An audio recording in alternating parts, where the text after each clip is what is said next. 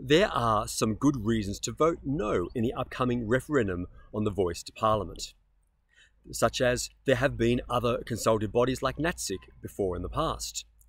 No body, the voice or anything else, can ever fully represent every Indigenous person. And perhaps the outcomes we'd like to see to close the gap between Indigenous and non-Indigenous people, such as health and education outcomes, might be better achieved by the states rather than a federal level. These are all quite rational reasons to vote no. But there is another reason which I think may underpin some of these more rational reasons. It's subtle, but it's a bit insidious.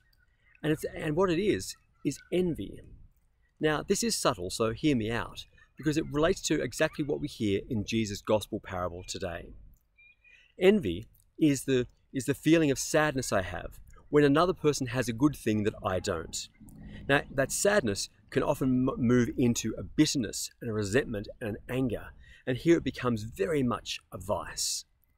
But we usually feel this envy towards people who have more than us, people who are richer than us, more successful than us, more popular, more talented, whatever it may be, who appear in one way or another to have more than we do. But what we see at work in the gospel is actually a different kind of envy, sometimes described as downward envy. So let's have a look at it together. Although Jesus' parable is just a story he makes up, Jesus' first hearers would have understood the context better than you and I do. The context was of day labourers who would wait around in the town square or the gates of farms in the morning, waiting to be chosen to do a day's work. They'd do a day's work and be paid for that day at the end of each day. And those who were chosen first, as we hear in the gospel today, were inevitably the strongest workers. These were ones who were strong, capable, perhaps experienced, and of course, why not? Every employer wants to get the best bang for their buck. But these were people who likely were chosen first every day. They found work each and every day. But those who were waiting around longer, who were chosen at later hours in the day, were the ones who were probably the less effective workers, either because by knowledge and experience or by the look of them, they appeared to be less strong and less capable. These would have been the oldest, the youngest, the least experienced. As the parable goes on, we hear people are chosen later and later throughout the day. Perhaps there was more work that needed to be done. But the fact they're still waiting around says they're probably desperate, and that those who are waiting around by the very end of the day says that no one has chosen them and they're desperate for work, for any skerrick of work that may come their way. And so these last chosen workers, the ones who are paid the full price to their and everyone else's great surprise, I guess are cut a break for the first time, because there've been many days where they didn't get work at all and therefore didn't get paid and would have struggled in life. But we hear that those everyday workers, the workers who are chosen first, are envious of these weaker workers because they get the same pay. This, I think, is downward envy, where there's an envy of those who have less than themselves. And I wonder if this may in fact be at work subtly underneath some of people's feelings about and arguments about the voice to Parliament. Because I think one of the telltale signs is when you hear people say things like, well, why do they, being Indigenous people, why do they get more of a say than us? That kind of, why do they get something, hints of an envy, doesn't it? You can subtly detect it under the surface. That even though we look around and see that Indigenous people in Australia on so many outcomes have less than we do, less opportunities, less success, less income, less good health outcomes, and yet when maybe they are being cut a break, so to speak, for the first time, they've been given a new opportunity, a voice to Parliament, which won't change everything, but may change some things, may help some things, that we find ourselves or others find themselves being envious of that.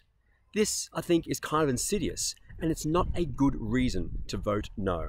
And we need to, I think, really to sort of search our hearts and see whether that might be something actually operational in us. I think downward envy kind of can often actually inform people's social opinions on many things, on indigenous issues, on refugee rights, on welfare and welfare support, a whole number of things, where those who are successful in life somehow feel envious that those who are less successful suddenly seem to get somehow more of a break than they do. This is a real challenge to us, I think. And it's important to us to kind of try and say, well, what's the call here for us?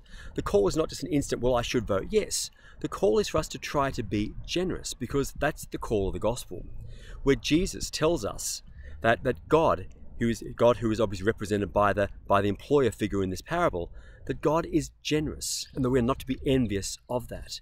But we are called to be generous also in our attitudes, not just in our vote, but I think including our vote, but many other ways in our lives as well.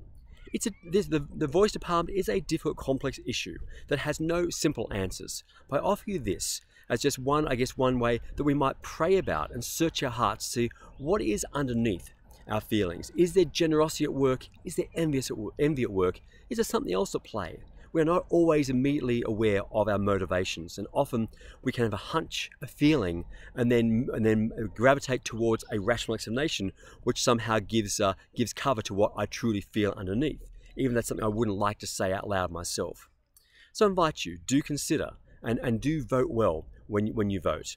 The Bishops of Australia have given us a recent document called Listen, Learn, Love, which I'll link in the description here, in which they say that they are not telling us how to vote, and it's not my role to tell you how to vote either, but they ask that we do inform our consciences, which means looking at the issues, but also looking at ourselves.